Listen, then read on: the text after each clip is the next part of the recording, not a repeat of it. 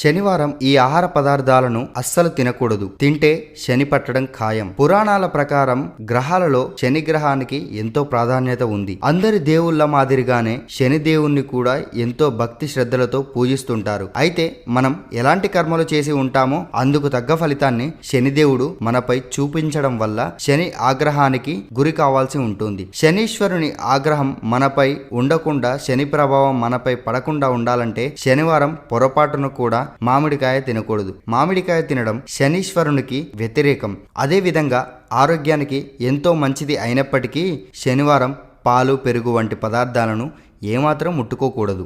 అదేవిధంగా ఎర్ర కందిపప్పు తినడం వల్ల శని ఆగ్రహానికి గురి కావాల్సి ఉంటుంది. ఇక ఎండు మిరపకాయలను సైతం శనివారం తినకూడదు. వీటితో పాటు ఆవ నూనె, నల్లటి నువ్వులు, ఆల్కహాల్ వంటి వాటిని దూరంగా పెట్టడం వల్ల శని దేవుడి ఆగ్రహానికి గురి కాకుండా ఉంటారు.